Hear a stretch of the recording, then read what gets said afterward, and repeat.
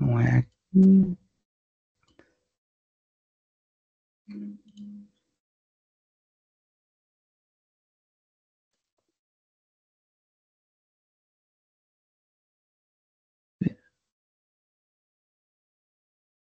Tá certo. Tá bom. Vamos lá. Vamos lá. Acho que já tá pegando aqui tudo bonitinho. Bom, vamos lá. Começar então.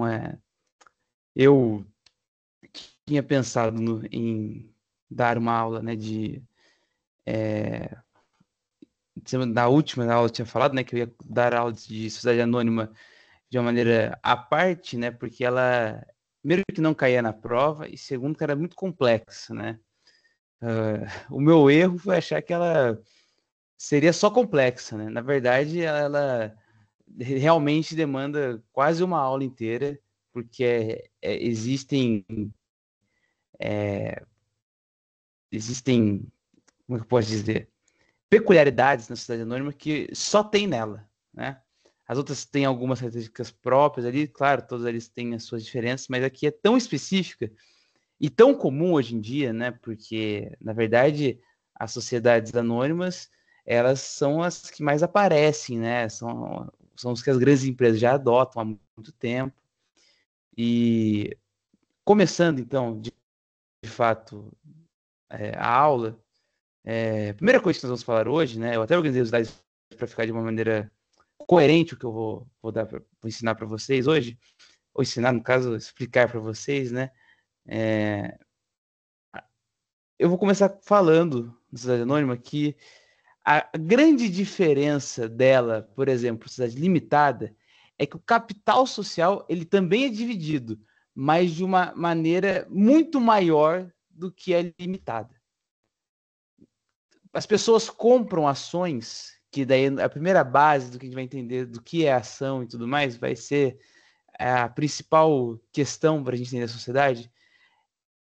Existem muitas ações na empresa a serem comercializadas em vários lugares diferentes, né? A gente tem a Bolsa de Valores, não é só a Bolsa de Valores que existe como um mercado para se comprar ações, existem outros mercados, mas o mais famoso é a Bolsa de Valores, né?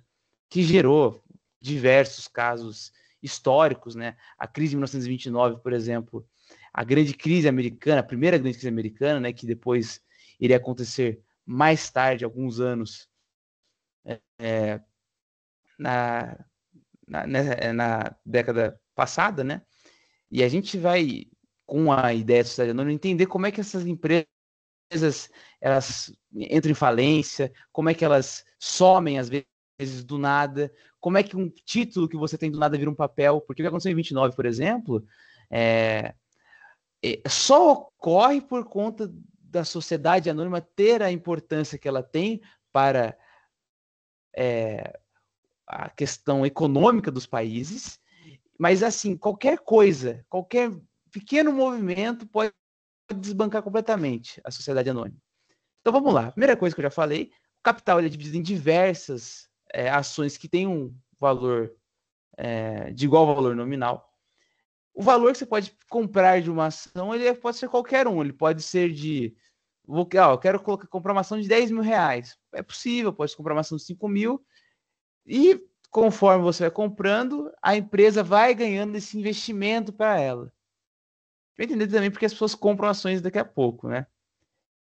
A grande característica dela é que ela é uma empresa, uma sociedade personificada, ela tem uma distinção entre o capital do sócio e o capital da empresa. Isso é importante entender também, porque a gente viu algumas cidades ali atrás que não tinha essa personificação, que essa personificação não necessariamente queria dizer que ele estava protegido pelo manto da personalidade jurídica. Então, isso é uma característica que preserva os sócios, de certa forma, de um mercado que é muito agressivo em relação às pessoas que querem investir em ações e afins. Qual que é a grande ideia da Bolsa de Valores, da sociedade anônima? É você conseguir gerar lucro e distribuí-lo. mas ser um lucro tão grande que ele vai ser dividido por várias e várias pessoas. E esse é o perigo também dela. É uma faca de dois gumes nesse sentido. Tendo em vista que os patrimônios do sócio não se mistura com o da empresa, uma coisa tem que ficar clara. Existem dois tipos de maneiras de você vender ações. A primeira delas é por um mercado público ou por bolsa de valores, quando a sociedade anônima tem capital aberto, ou seja, ela capta os recursos junto ao público. Ao público que eu digo, as pessoas que querem investir de qualquer local. E de capital fechado, que o recurso só acontece entre os próprios acionistas. Então, ali é um pouco... não é tão liberado ao público assim, e é um capital ali que só vai ficar entre... Não em relação ao aberto, vai ficar mais restrito. Mas mesmo assim, é muita gente envolvida. Existe uma questão que, e precisa ser dita, que tudo isso serve para a empresa obter cada vez mais recursos, para ela crescer cada vez ainda mais.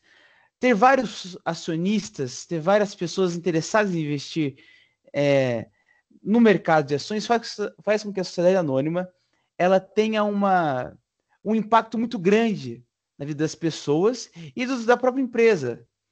Porque, veja, ela é a única sociedade, talvez, que permita qualquer pessoa entrar.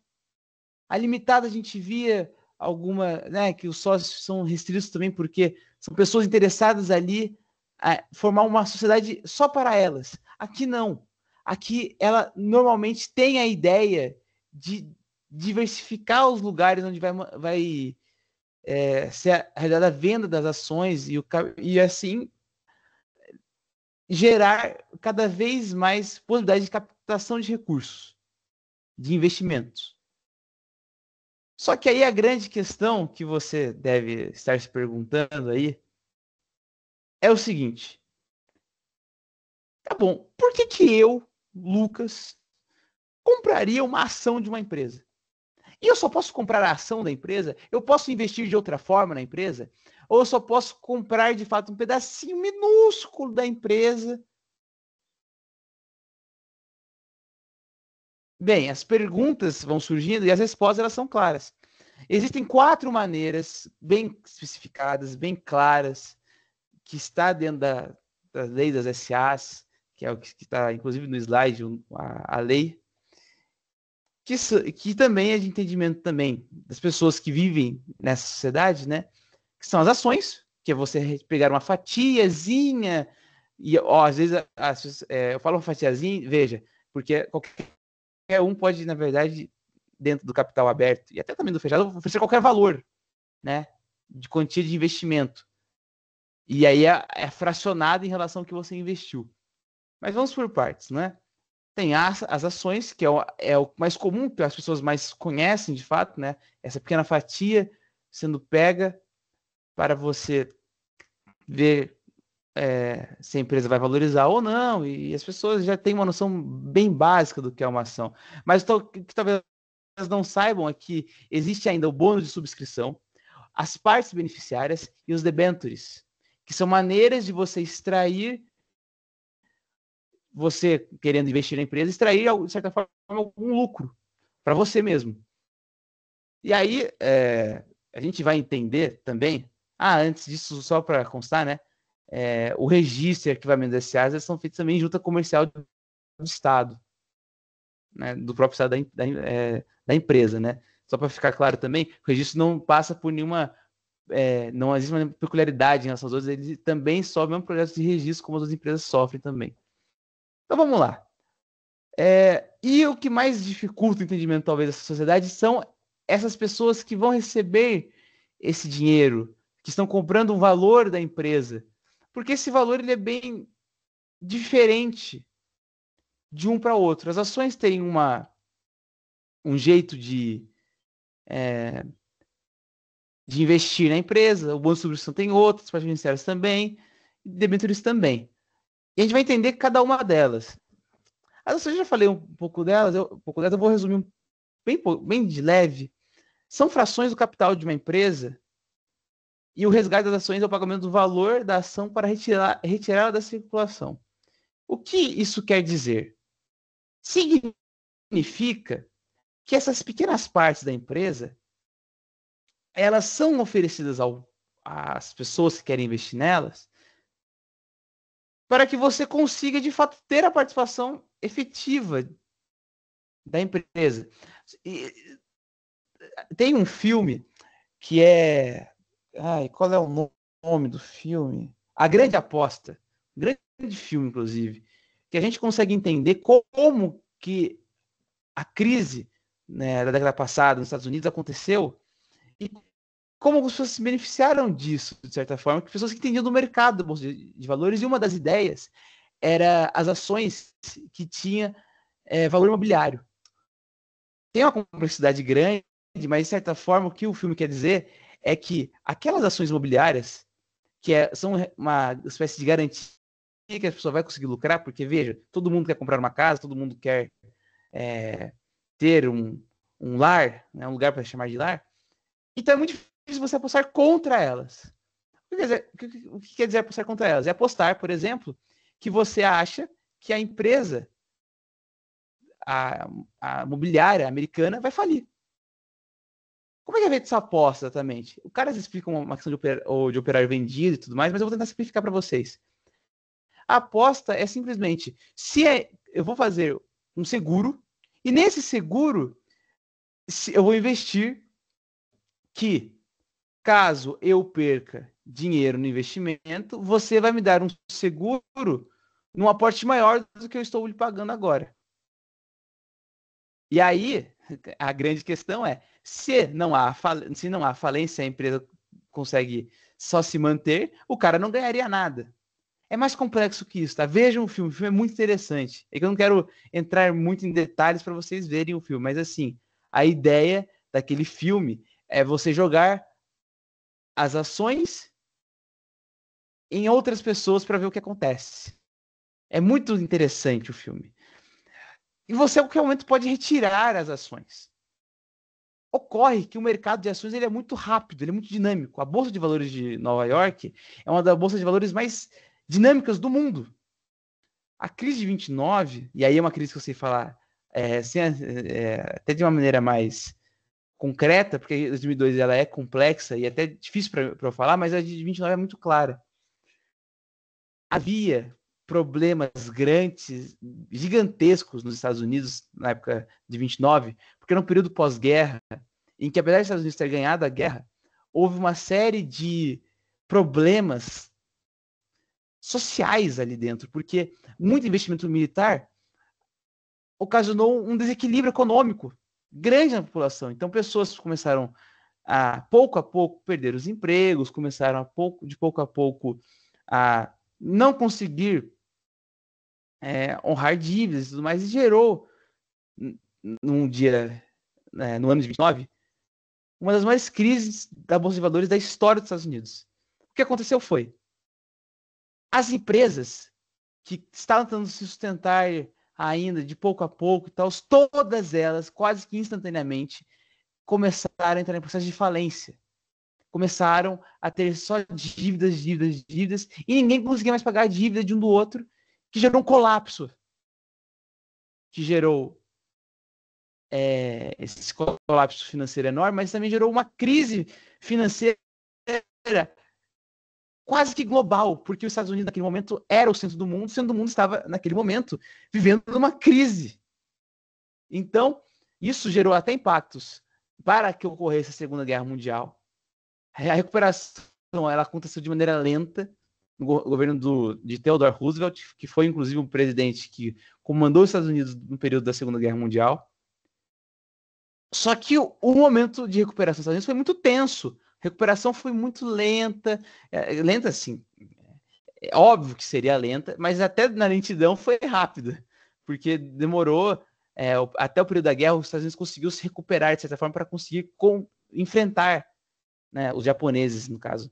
Para os Estados Unidos, a participação da guerra não seria tão interessante. Depois que o Japão começou a invadir as ilhas ali próximas, né, que eram de posse dos Estados Unidos, né, que também gerou ataque de Pearl Harbor, enfim, eu estou me alongando também na Segunda Guerra Mundial, mas o fato na guerra já estavam prontos para conseguir, depois de um tempinho, um pouquinho posterior à Segunda Guerra Mundial, eles conseguiram se recuperar para começar o contra-ataque. Mas aquele momento foi um momento muito tenso nos Estados Unidos por conta desse problema das ações. Veja, um valor que você tem de uma empresa, investir 10 mil reais, a empresa está valendo 100 mil. No final do dia ela vale 90 mil, você perdeu dinheiro. A mesma forma que se ela no final do dia ela ganhou 110 mil de valorização, você ganha. Mas essa variação ela ocorre ao dia várias vezes. Por isso é um mercado muito complexo, gente. Você pode retirar a qualquer momento o valor que você pagou ali, mas não quer dizer que esse valor vai ser o que você colocou, vai ser o valor que vale a sua ação. Essa é a grande questão. Por isso que aconteceu a crise, né? Porque imagina, se o papel, eu tenho direito a 100% de uma empresa que não vale nada. Aí você ganhou nada. Isso que aconteceu nos Estados Unidos é muito interessante. Toda essa questão é muito interessante.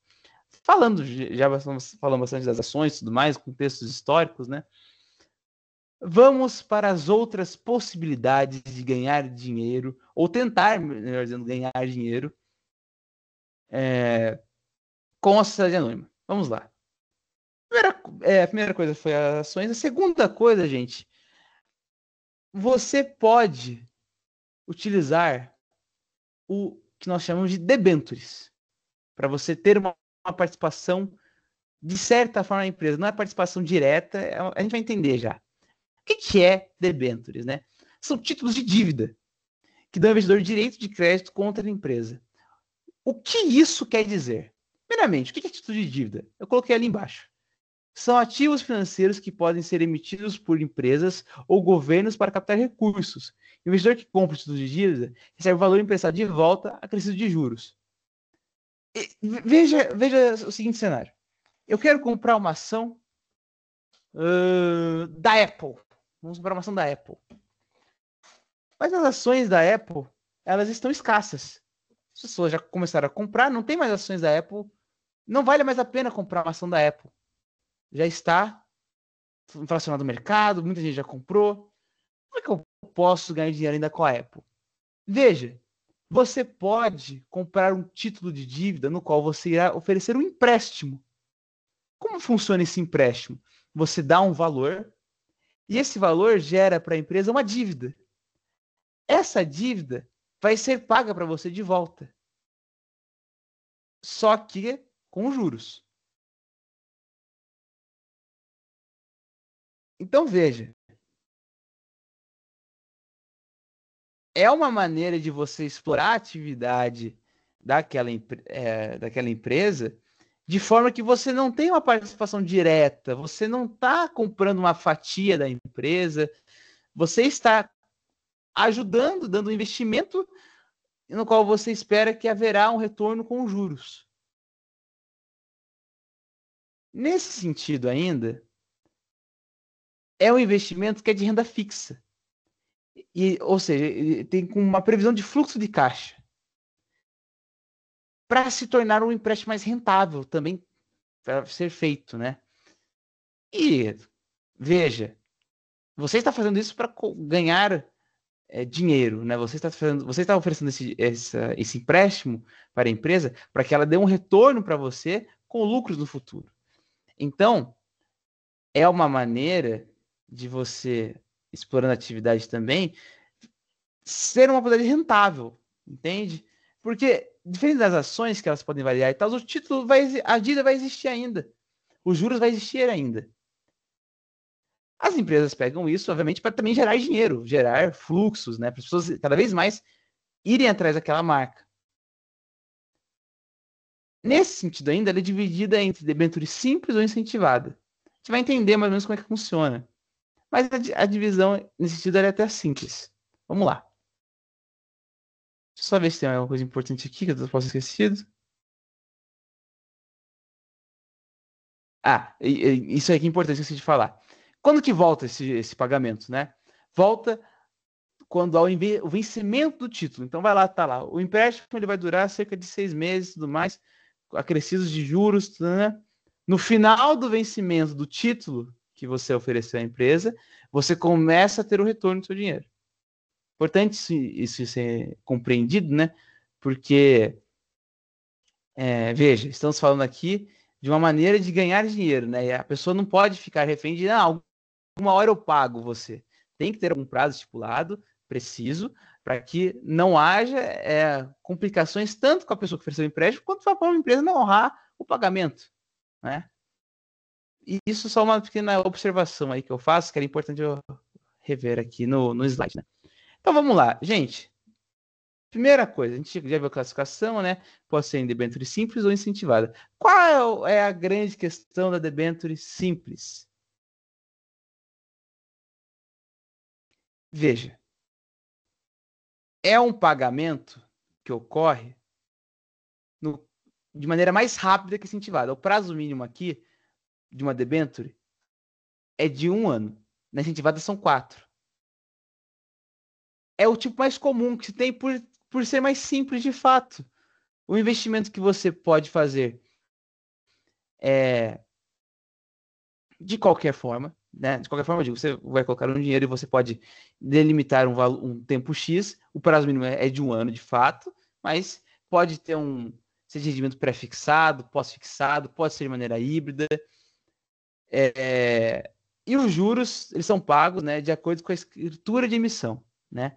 Então, para a pessoa que está oferecendo isso, para a pessoa que consegue pagar esse empréstimo e tal, é muito bom essa maneira, porque é mais garantido, de certa forma, que a recuperação do dinheiro se dará de maneira mais rápida e mais segura.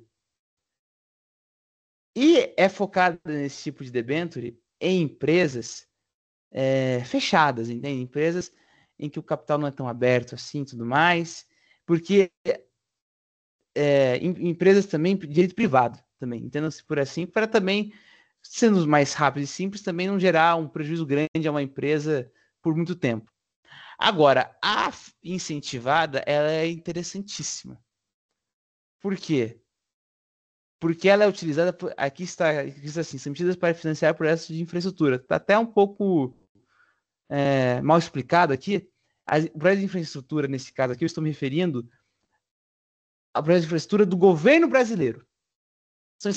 São incentivos, são empréstimos que o governo faz com você para que ele consiga realizar alguma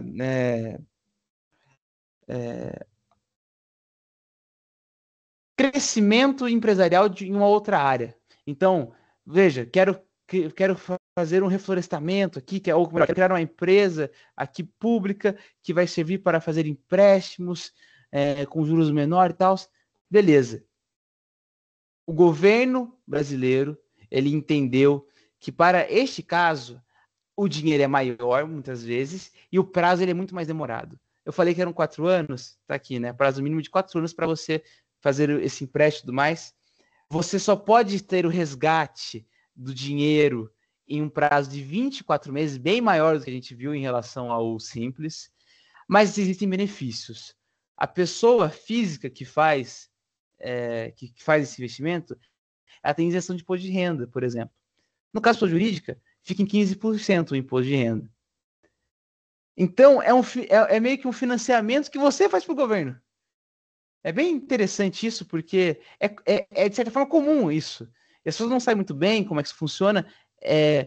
Esse investimento pode trazer, apesar de que num prazo maior, entenda, os dois tipos de empréstimos são um prazo maior do que seria comprar e vender ação.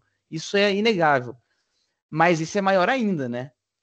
Mas é uma forma também de você, com o governo, ela talvez por um prazo ser maior não seja tão segura, mas a segurança tem do governo.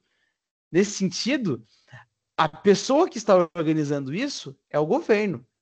Talvez a pessoa pode entender que é mais seguro por conta disso, mas o argumento que eu defendo Pode ser mais seguro o órgão, se você confiar no governo que ele vai te pagar no prazo certo, tempo certo, mas na questão da empresa, o prazo é menor de você receber. Então você, por exemplo, não vou conseguir receber dinheiro, você já pode entrar com uma ação contra a empresa e tal. Então veja, são meios, de certa forma, seguros. Nada é seguro nesse mercado para você conseguir um certo retorno financeiro.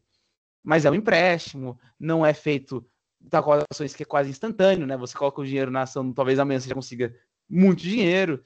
São investimentos um pouco menores.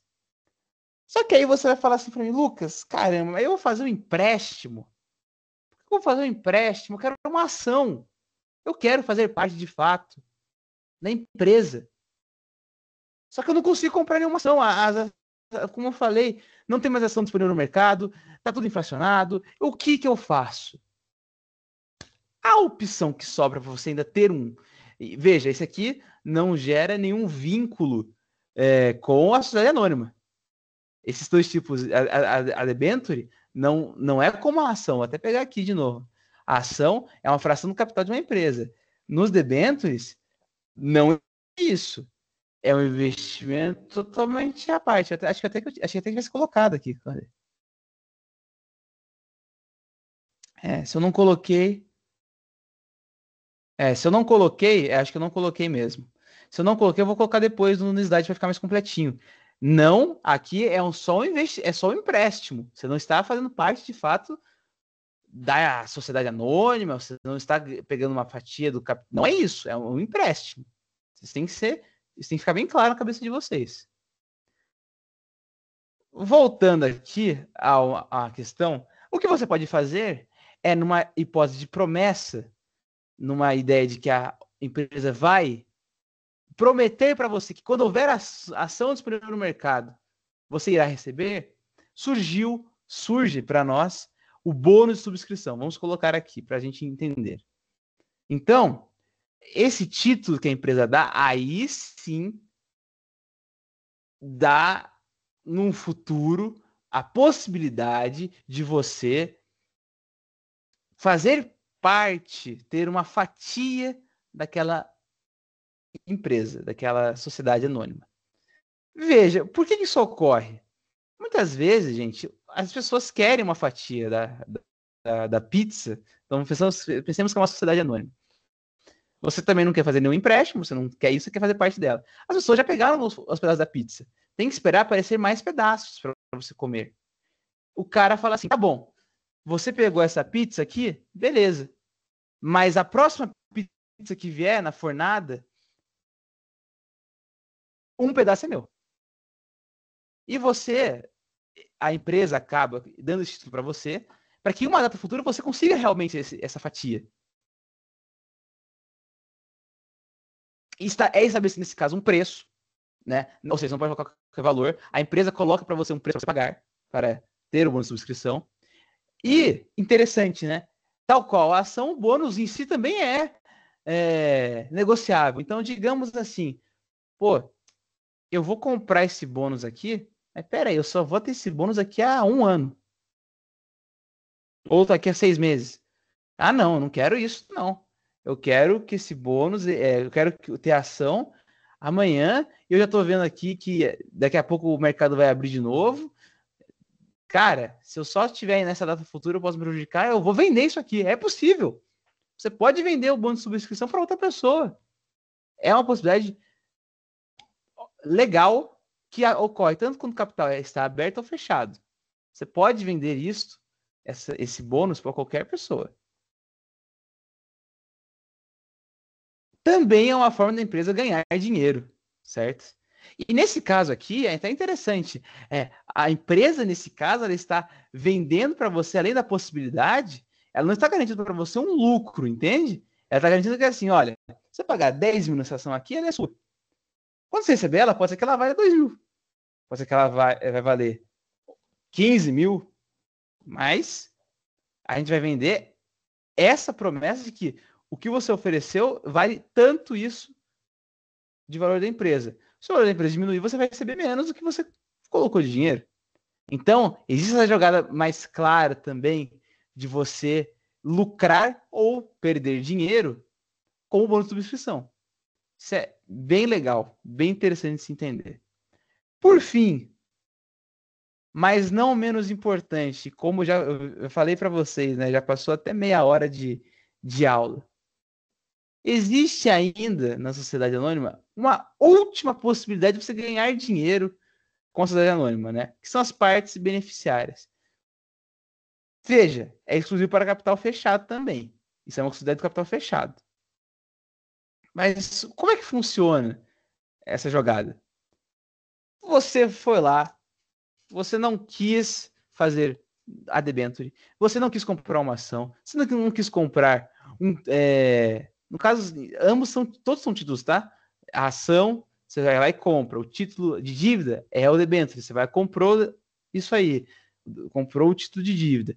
Você vai lá, comprou o bônus de subscrição.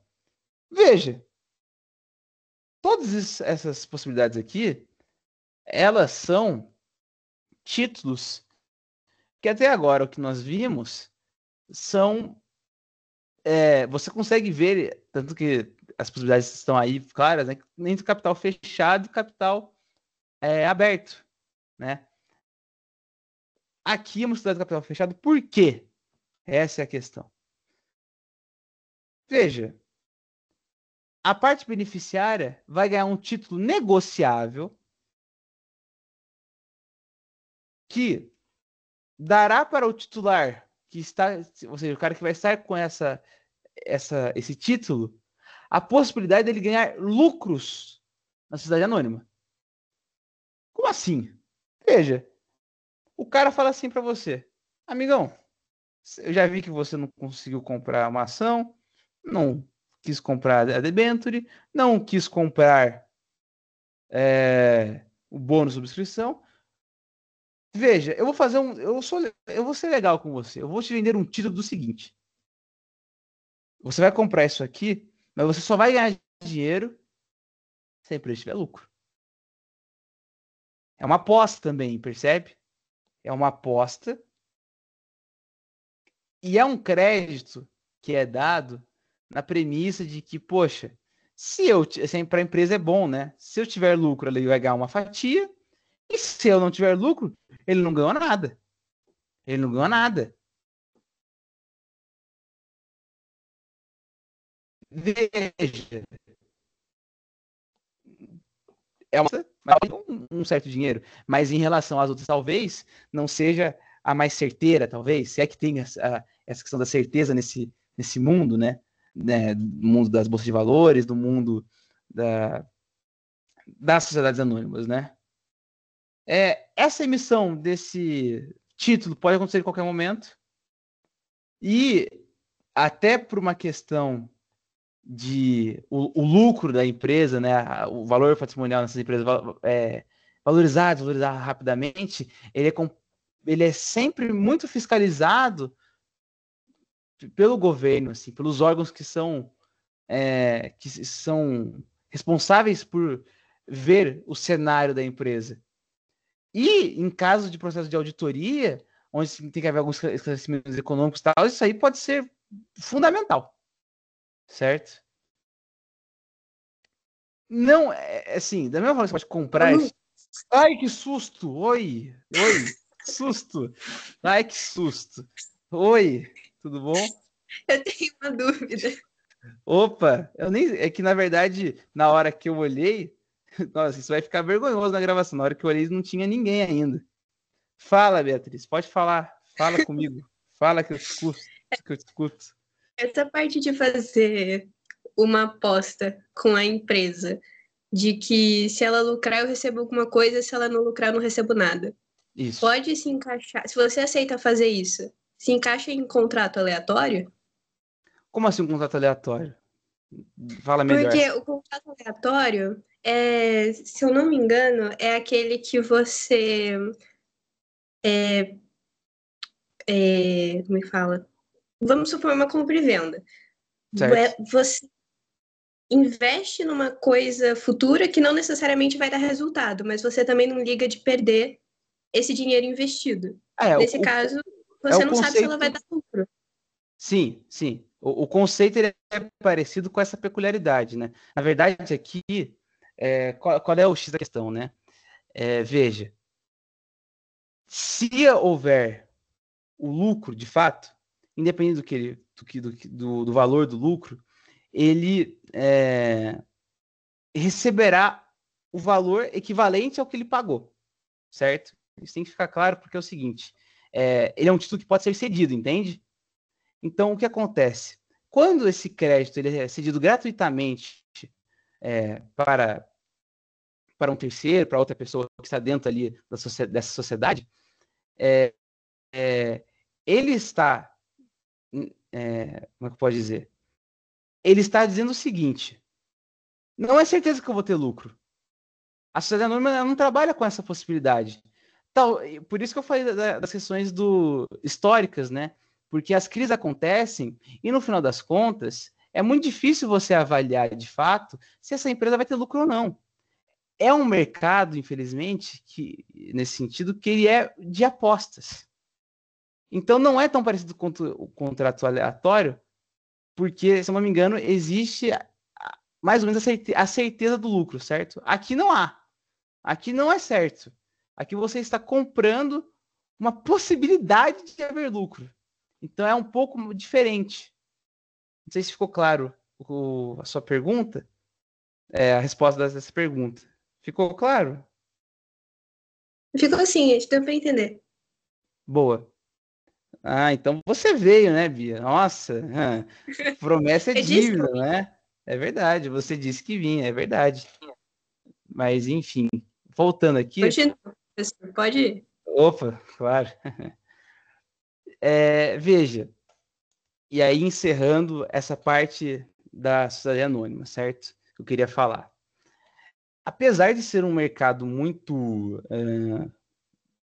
complexo de você entrar, analisar, eu nem acho que eu até tinha que ter dado uma atenção até maior para quem está vendo a aula, né? Para quem verá a aula, sobre o seguinte: o capital aberto e fechado, nesse sentido, até no capital fechado, em que é mais exclusivo, onde são entre os próprios acionistas que acontecem as negociações e tudo mais, veja, a gente tem exemplos na prática de sociedades que já nem sequer existem mais. Uma mais recente que se tem aí, que está até num processo gigantesco, processo judicial, né, é a SAF do Vasco, né? Coitado do Vasco, né? Sempre mal das pernas, né? Mas o que é a SAF? A SAF é a Sociedade Anônima de Futebol. E o que acontece? Veja, existe um grande problema em uma empresa, no caso do Vasco, o que acontece? Ele era uma associação que virou uma sociedade anônima, certo? Por um investimento de uma empresa chamada 777. O que acontece? Eles falaram assim: todas as dívidas do clube, tudo vai ser nosso. Nós iremos pagar um valor tão grande em ações no time do Vasco que a gente será praticamente só de majoritário da empresa. Não haverá ninguém que irá competir com a gente. Todas essas ações são negociáveis, elas podem ser vendidas a qualquer momento. O que aconteceu é que, no caso da 777, os pagamentos desses valores não foi realizado. O Vasco ele entrou numa dívida ainda maior, porque o dinheiro não chegou e no que o dinheiro não chegou, havia planejamentos que dependiam desse dinheiro, que não foram realizados. E aí o Vasco, mais uma vez, entrou numa situação complexa, na qual a melhor solução para o Vasco no momento, para o Clube Vasco da Gama, né, é sair da sociedade anônima e voltar a ser uma associação até que haja outro acionista, outro cara que queira investir, porque a 777 já não é mais confiável para o Vasco. Só que existe um problema muito grande nessa história. A 777 ainda tem ações do Vasco. Ela ainda, se conseguir honrar os pagamentos que ela prometeu, ela voltará a ser dona do clube e o Vasco não pode fazer nada. Então, assim, as sociedades elas ficam complexas, elas sofrem mutações, transformações, justamente pela imprevisibilidade da empresa. do formato que ela é feito. Porque numa dessas, veja, é que no caso do Vasco, ela também tem capital fechado. Mas digamos que ela tivesse o capital aberto, todo mundo quisesse ajudar o Vasco, vamos todo mundo comprar uma partezinha do Vasco. Cara, como seria a administração de um clube de futebol? Com várias pessoas sendo sócios. Não daria certo. E no caso do fechado, também não deu certo pro Vasco. Porque ele, mesmo assim, teve problemas que talvez numa outra universidade não aconteceria de maneira tão abrupta, né? Então, assim, é uma sociedade que cada vez mais vai aparecer, porque as pessoas gostam desse jogo de incertezas, mas, de certa forma, ela é a que mais gera dinheiro disparadamente do que todas as outras. É muito investimento, gente. É muito dinheiro sendo injetado para que haja investimento na própria empresa, para que aconteça uma, é que aí vai entrar no investimento também, mas que a infraestrutura da empresa cada vez mais se consolide. Porque não é certeza que você investir nessa empresa você vai ter retorno. Mas mesmo assim as pessoas querem tentar. Claro, uma coisa é você investir na Apple, como eu dei o exemplo. Outra coisa é você investir numa, sei lá, na banca do seu Ju lá, né? Que ele tem a cidade anônima das banquinhas lá dele, ele vende jornal. O risco ele fica menor, mas ainda existe. Tanto é que as crises estão aí para comprovar que, de fato, as cidades anônimas elas são muito perigosas, mas elas são também altamente lucrativas, se derem certo. Beleza. Então, na última aula, a gente está falando sobre sociedades, né? Já tinha falado sobre isso, mas o mais interessante disso tudo é que agora, encerrando de fato todas as classificações de sociedade, a gente vai entrar num assunto que tá certo. A sociedade foi formada, tudo bonito, tudo alegre, olha que legal, a sociedade foi formada. Que beleza! Mas o que acontece se eu quiser, ou talvez nem eu queira, né? Mas se a sociedade acabar, como acontece esse processo? Porque veja, a gente viu aí casos de eu citando, né? Sociedades que entraram em falência, sociedades que passaram por um procedimento que não foi melhor para ela virar uma cidade anônima, por exemplo, e ela vai voltar a ser outra coisa que nem sabe mais o que é o caso do Vasco, não sabe se vai ser uma associação, se vai ser uma sociedade limitada, não pode ser, mas se ela vai voltar a ser SAF, enfim. O que vai acontecer quando, por exemplo, um sócio morrer? O sócio vai lá e ele faleceu. O que vai acontecer com a empresa? A empresa vai acabar? Meu Deus, o que vai acontecer? É o fim? Porque uma pessoa morreu só?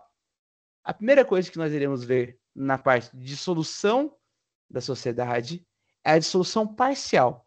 Quando ainda é possível a empresa sobreviver, ela existir, mesmo que sem a figura de um sócio.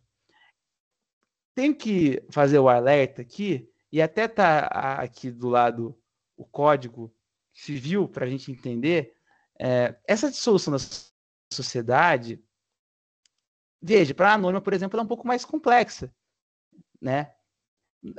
A sociedade que nós iremos ver aqui nesse sentido, a mais próxima de entendimento é que a gente pegue a sociedade limitada para entender como ocorre a dissolução parcial, a dissolução daquela sociedade, porque ela envolve poucos sócios e ela envolve questões que estão até especificadas no nosso Código Civil. Então a gente vai entender baseado nesse entendimento, de entender como seria uma sociedade limitada nesse caso, apesar de valer para todas. Para a explicação ficar mais fácil, eu vou preferir que seja um caso de sociedade limitada, os exemplos que eu vou dar. Vamos lá, gente, vamos lá. O tempo é curto, vamos ver até onde a gente pode ir, né? O nosso Código Civil, opa, está errado. Nosso Código Civil, nesse sentido de dissolução parcial da sociedade, ele tem uma seção no Código Civil à parte, né, que é até a seção 4 do Código Civil, que vai do 4 não, perdão, 5, que vai do artigo 1028 ao 1032. Vocês podem notar que no slide que eu coloquei, eu coloco 1026 também. E nem coloco, na verdade, 1031 e 1032. Por que eu não coloquei? Os artigos aqui do 1031 e 1032 também estão aqui, mas para entender de solução, esses artigos bastam. Inclusive, o 1026 é até citado no 1031, né? A gente vai entender certinho o que cada um quer dizer. A primeira coisa que nós precisamos entender de solução parcial da sociedade é o seguinte. Digamos que o sócio da empresa não é a única possibilidade, mas é uma comum. Digamos que a pessoa morra. Seria justo a sociedade acabar, sendo que há outros sócios, há toda uma dinâmica, toda uma gama de pessoas que depende da empresa para trabalhar, para ter um investimento. Seria justo isso? Não seria justo. O que acontece nesses casos é o seguinte: quando o sócio morre, existem algumas possibilidades de liquidar a sua cota, para que a empresa possa continuar funcionando. A solução parcial, nesse sentido, ela tem a previsão de tentar, mesmo que com a ausência de um dos sócios, que ela continue existindo. Na possibilidade de morte, o 1028 é claro. No caso dela, liquidar-se a sua cota. A liquidação, e aí a gente vai entrar mais para frente, não vai dar tempo hoje, né? Na ideia de apuração de haveres, que é extremamente importante nessa questão de solução da sociedade. Tanto é que é o assunto final dessa parte que eu coloquei no meu slide. Mas acho que não vai dar tempo, infelizmente. Veja, as únicas possibilidades que estão previstas para que não aconteça a dissolução parcial da sociedade, para que aconteça algo em relação a não liquidar a sua cota do sócio falecido, caso o contrato social dispuser diferente. Então, digamos que a morte do sócio não vai causar a liquidação da cota, quem vai assumir é fulano, por exemplo. Existem leis em relação ao direito de família que não permitem diretamente que o contrato, por exemplo, digamos que a pessoa morra e você tinha planejado fazer um contrato antes dela, para entendendo que ela já ia estar na iminência da morte e tal, não é o ideal que se faça, até porque entra em direito de família, direito sucessório. Mas digamos que a pessoa morra e lá está num contrato ali. Olha, em caso de morte dos sócios, o herdeiro X vai assumir a empresa. Não é para acontecer, por conta de entrar em direito sucessório e afins. Só que, se o contrato expuser uma modalidade diferente do que está prevista no código, há de ser avaliado e há de ser relevado, certo? A segunda possibilidade de não haver liquidação da cota é se os sócios remanescentes, os sócios que restaram, optarem pela dissolução da sociedade. O que isso quer dizer? Caramba, nosso sócio morreu, nosso sócio era o cara, nosso sócio era o cara que comandava a empresa e tudo mais. Na verdade, a sociedade tem que acabar. Não tem condição da sociedade continuar sem esse cara. E aí, a dissolução é completa da sociedade. Há uma possibilidade que existe, é um pouco drástica, né? Então, assim, de fato, você acabar com a sociedade inteira só porque um sócio morreu, assim, o cara tinha que ser um cara, na minha visão, muito bom, né? Poxa, quando de um cara só a sociedade acabar, mas acontece. E a terceira, e não menos importante também, é que se por acordo com herdeiros, regular essa substituição sócio falecido. Foi o que eu falei. Então, digamos, aí vamos pegar o caso prático legal. Sócio morreu. Não havia nada a ser. Assim, a liquidação da cota não aconteceu nada. Ficou uma dúvida gigantesca do que iria acontecer. Bem, veja, quando a pessoa morre, aí entrando sim direito sucessório, a herança tem que ficar com alguém. E no caso, digamos que o herdeiro tinha um filho. Esse filho tem direito pelo patrimônio do pai. Ele pode acabar tendo, logicamente, a parte que o pai tinha da empresa. Então, só que isso tem que ser um acordo. muitas vezes, o que acontecia no passado era, pô, o cara não sabe bolhufas do que tá falando. Não sabe nada do que tá falando. Não sabe nada do que tá fazendo.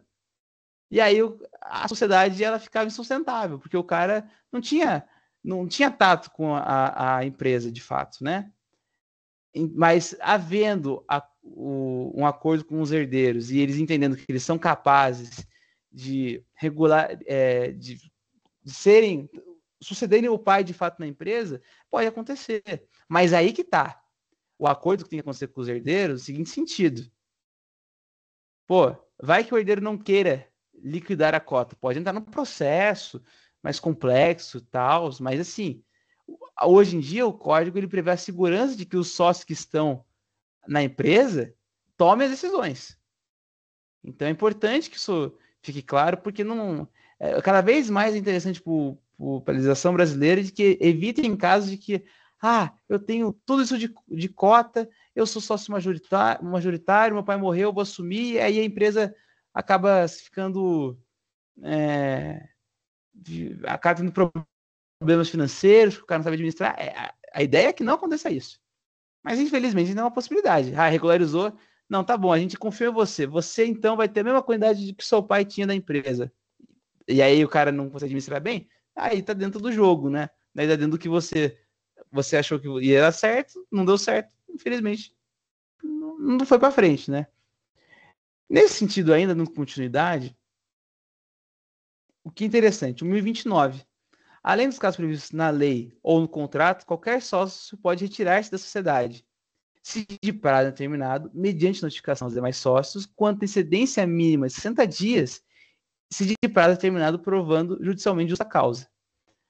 Veja, não é porque você entrou numa sociedade que você assinou um negócio com o seu sangue, né? Você, não, agora então eu terei que ser sócio o resto da minha vida. Não. Você pode sair por justa causa, tem até o prazo determinado ali, que o artigo prevê, nessa possibilidade de justa causa. Se houver, do nada eu quero sair, eu não aguento mais a minha empresa, eu quero sair do nada. Pode acontecer também, desde que, nesse prazo determinado, mediante notificação aos demais sócios, com essa mínima de 60 dias. Olha para você ver que interessante. Digamos que a empresa entre em falência. Vai começar um processo de desconsideração da personalidade jurídica. A empresa agora, dado que o patrimônio foi todo limpar todo o patrimônio da empresa, não há nada mais a ser pego da empresa, eu vou atacar agora o patrimônio do sócio. Certo. Veja, o sócio vira e fala 2 meses antes. Bom, eu não quero mais ficar aqui, a empresa está uma bagunça, eu vou embora. Prazo, nesse sentido, ele falou que ia sair, certo? Então aqui o que fala? Mediante notificação dos demais sócios. Notificou, dando esse prazo, 60 dias, ele já não tem mais nenhum vínculo com a sociedade. Agora, se não for fazer esse prazo, ele responderá. Não, mas eu queria sair antes, não consegui. Não tem problema, você vai responder como sócio da empresa. Então veja, você pode ser a qualquer momento, mas você vai ter que arcar com as consequências também. Agora, ainda há uma possibilidade ainda da questão entenda também o seguinte, né? Quando o sócio sai da empresa, se é uma empresa pequena, tem 3 sócios, um sai, o sócio pode entender que a possibilidade de continuar na empresa é muito mais difícil, é um investimento a menos, uma pessoa ali a menos para administrar, pode ser que eles entendam que a melhor coisa a se fazer é acabar com a sociedade. O parágrafo único coloca o seguinte: nos 30 dias subsequentes à notificação, a notificação que ele diz é a notificação aos demais sócios da retirada do sócio, perdão, pode os demais sócios também optar para que a sociedade se dissolva por completo. E isso é possível. Foi o que eu falei. Tal qual o 1028, as pessoas podem entender que o sócio era essencial para a continuidade da empresa. Se ele não está mais entre nós, enfim, talvez o melhor seja acabar com a empresa. Então, o que nós vimos até agora? Tem prazo indeterminado e determinado para caso o sócio, de maneira espontânea, queira se tirar dessa sociedade. O que prevalece nesse caso, prazo determinado, é se for de maneira espontânea, se for de maneira que ele avise, sem mais nem menos que o dia lá que ele avisou que ele saiu da empresa, começa a se contar um prazo que é de 30 dias, o prazo de 60 dias mediante a notificação do sócio. Então, assim, até acontecer a notificação dos demais sócios, sem que haja essa antecedência mínima de 60 dias, ele ainda é sócio da empresa. Ainda será sócio da empresa. A não ser que seja por essa causa, aí o prazo muda. Então, interessante a leitura do 2028. É um artigo um pouquinho chatinho de se entender, vendo que a gente tem vários artigos, mas é interessante você entender que, o código ele prevê a possibilidade da justa causa, né? Imagina você querer trabalhar numa empresa que você foi assediado por mais um tempo X, o prazo fica determinado, fica estabelecido lá, não, você vai sair dia tal, e se o prazo determinado da saída tem ainda a proteção para os demais sócios, que tem que ser acontecendo em 60 dias, isso, então é o que a gente fala, né, que é aquele prazinho lá para o cara continuar na empresa, mesmo, avisou, mas você vai ficar ainda mais 60 dias aqui, entendeu? Então é isso que o 1029 fala. Já não ter ficado confuso. Perdão se fiquei. Mas enfim. Aí que tá. Eu acho melhor, por hoje, encerrar a aula. Por quê? Porque os próximos 2 artigos, eles são artigos que são mais chatos, né? Eles são de outras hipóteses, não fala mais sobre dissolução, fala mais sobre as consequências da dissolução da sociedade. Vai ficar faltando, então, o 1030, o 1037 também vai ficar faltando, esses 2 aqui também, e a apuração de haveres. A apuração de haveres ela é uma fase importantíssima para a dissolução seja total, seja parcial, da empresa, porque é onde vai haver todo o cálculo para ser feito do que vale de fato o patrimônio da empresa para que o sócio que tenha 1/3 da cota receba o valor de 1/3 de maneira correta. Mas não é só falado assim, parece ser muito bonito, né? Mas não é bem assim. Então, na próxima aula, eu retomo a dissolução parcial de novo e começo a entrar na dissolução total e na apuração de haveres. Certo? Então, né, Bia? Deve ter dado um susto gigantesco. Mas a aula foi boa. Parabéns. Valeu. Obrigado, viu? Obrigado também por você ter participado. Vou ficando por aqui, então. Todo o conteúdo vai estar disponível com o Matheus, que ele vai depois estar gravando tudo, né? E aí ele vai passar para vocês depois. Na verdade, eu até mandei já esse arquivo eu estou reutilizando ele porque eu queria manter o conteúdo completo das aulas. Então, tá desde o começo da sociedade até o que a gente chegou até agora, tudo no mesmos slides, eu só estou acrescentando coisas aos slides. Então, vai ser o mesmo arquivo, tá tudo certo, então, por enquanto. Então, não sei se o Matheus está aqui, estou iniciando a aula, valeu. Boa sexta-feira para nós, né, que começa amanhã, sexta-feira, mas sexta-feira assim que ser celebrado antes. Tamo junto. Valeu, viu? Tchau, tchau. Muito obrigada.